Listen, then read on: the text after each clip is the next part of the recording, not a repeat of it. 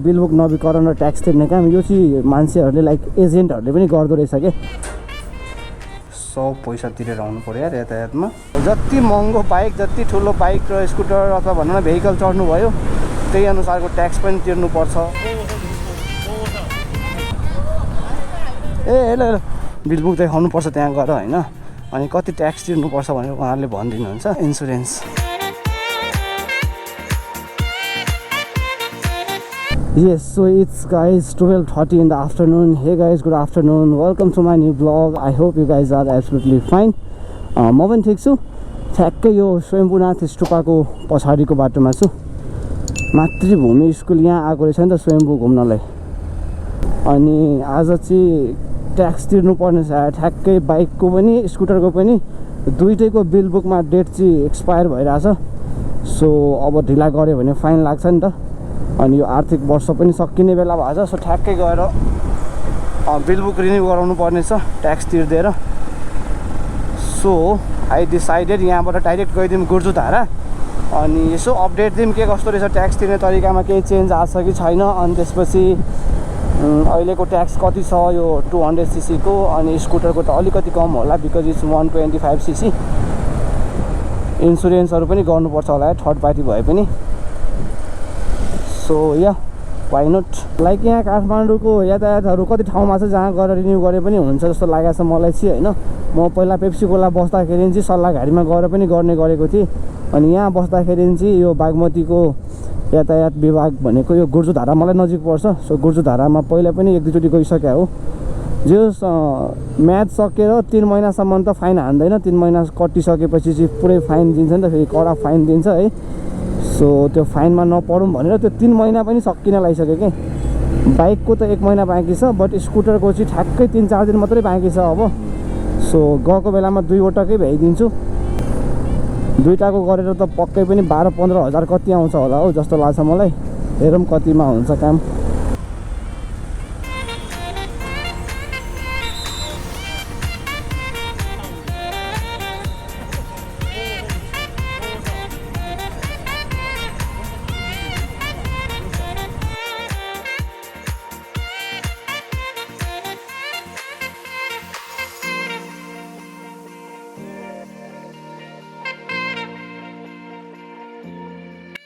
Okay finally जाम खुल्यो यहाँ कलङ्कीको main चोकमै जाम थियो अरू भन्दा पनि ठ्याक्कै मलाई लन्चको टाइम भइरहेछ होइन यस्तो भोक लाग्छ फेरि खान बस्यो भने चाहिँ टाइम जान्छ अरू दिन पनि फेरि भ्याउँदैन एक दिन त मैले यति चाहिँ गर्नै पर्ने हुन्छ सो म आज नै सबै बोकेर आइरहेको छु कि इन्सुरेन्सको पेपर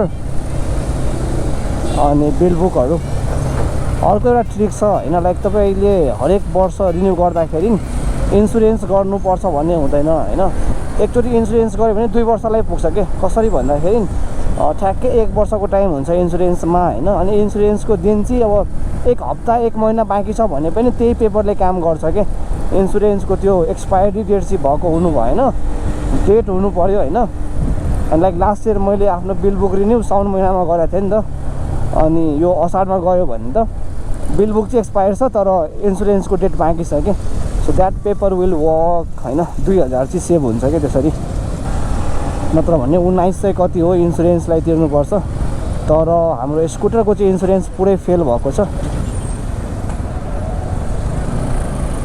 लाइक तपाईँहरू काठमाडौँमै बस्नुहुन्छ भने you are noticing one new thing होइन new taxi in the town छ है इलेक्ट्रिक भेहिकलवाला ट्याक्सी के टाटा कम्पनीको लाइक कस्तो राम्रो छ क्या लङ भेहिकल हेर्दाखेरि चाहिँ बवाल स्ट्यान्डर्ड देखिरहेछ अनि समथिङ लाइक डिफ्रेन्ट स्ट्यान्डर्ड्सको ट्याक्सीहरू काठमाडौँमा आउँछ डिफ्रेन्ट प्राइस रेन्जमा भनेर पनि न्युज आएको थियो त्यही अनुसारले सस्तो महँगो हुन्छ ट्याक्सीहरू फेसिलिटिजहरू पनि हुन्छ भनेर सुनेको हो अगाडि एनआइसी एसिया ब्याङ्क रहेछ होइन ठ्याक्कै एनआइसीकै एटिएममा जानुपर्ने क्यास निकालौँ फर्स्टमा त्यहाँ जानुभन्दा अगाडि लाइक म एकचोटि त्यहाँ गएर होइन एटिएम होला भनेर भित्र गएको क्यास निकाल्न फेरि बाहिर आउनु परेको थियो कि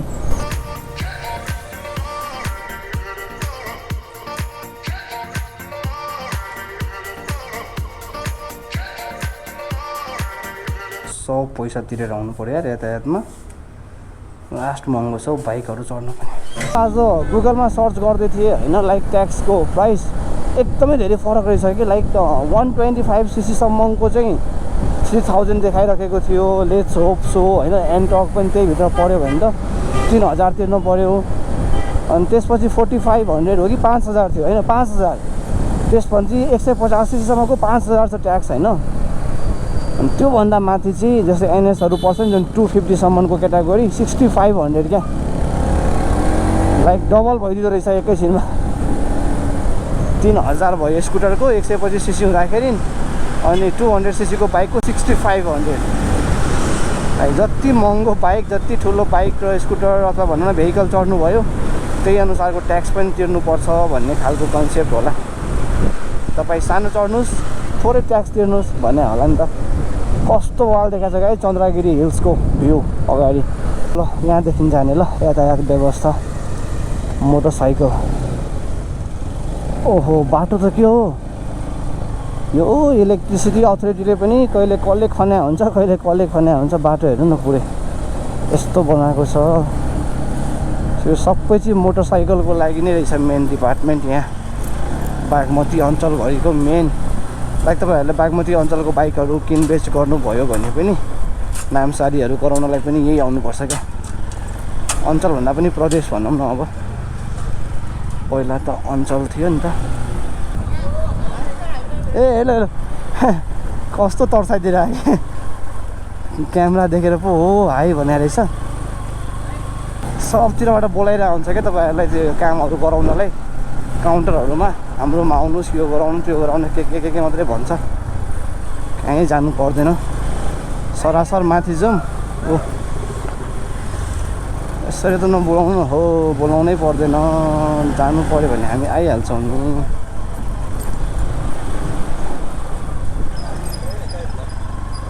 स्काई लाग्छ भनेर सिधै माथि गइदिन्छु म। बिलबुक देखाउनुपर्छ त्यहाँ गएर होइन, अनि कति ट्याक्स तिर्नुपर्छ भनेर उहाँहरूले भनिदिनुहुन्छ। अनि त्यही अनुसारले गएर ट्याक्स तिर्नुपर्छ। ओह यहाँ बिमा गराउनु पर्ला, यसमै गराऊ मैले आफ्नो बाइकको पनि एनएलजी इन्सुरेन्स। भिड जस्तो लागेन हो खासै, त्यो गराएर बिमाको लागि दिइराख्नु पर्ला है। ठिकठाक छ, त्यस्तो धेरै भिड छैन ल। A few inches later. Right छ गाइज, लाइक एकैछिनमा क्या म्याक्सिमम् 15-20 मिनटमा होला सब काम सक्यो क्या। भिडभाड थिएन नि त, त्यस्तो लाइन साइन केही बस्नै परेन, 1-2 पछि पालो आइहाल्यो। सो एकदम क्विक होइन। 2वटै बिलबुकहरू रिन्यू भयो, ट्याक्स पनि तिर्यो।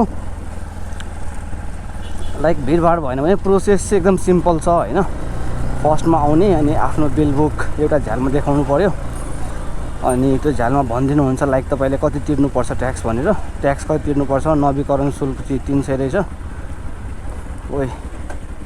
अनि त्यसपछि ब्याङ्कबाट भोचर लिने, ब्याङ्कमा जम्मा गर्ने।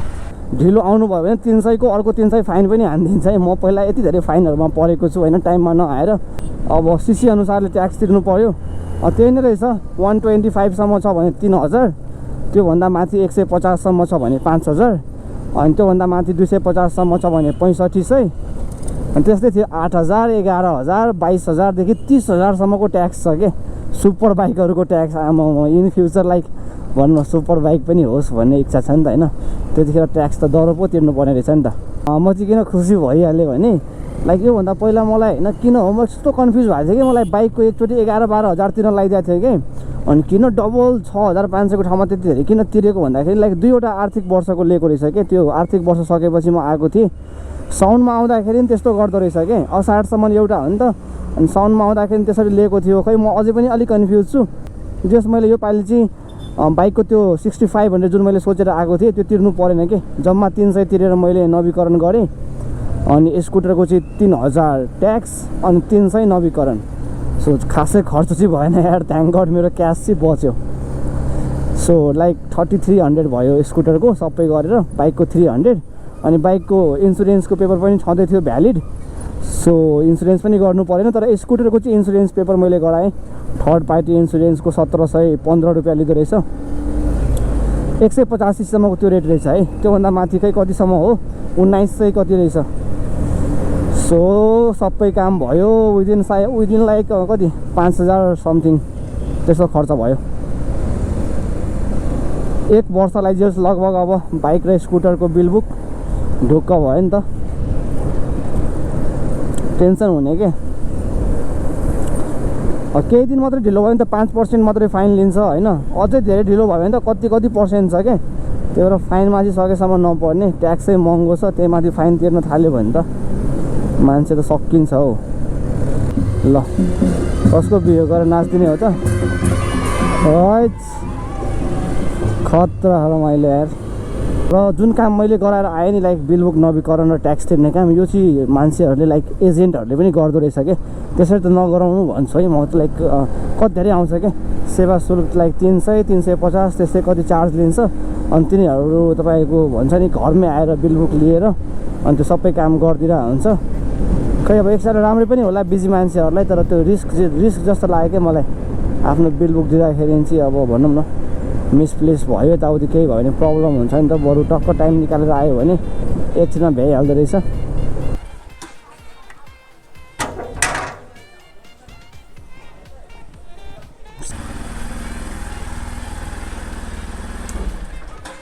ओके, सो यहाँ छ हाम्रो एन्टर्क होइन, यो 2वटाको बिलबुक रिन्यू गर्न गएको थिएँ आज। सो काम भयो र आजको पनि ब्लग अलिक सिम्पल राखौँ होइन, खासै थिएन तर यसो भनिदिउँ न तपाईँहरूलाई डिटेलमा, इन्फर्मेटिभ भयो नि त। सो यो I will end this blog here guys, thank you so much for watching, bye bye and please subscribe our channel.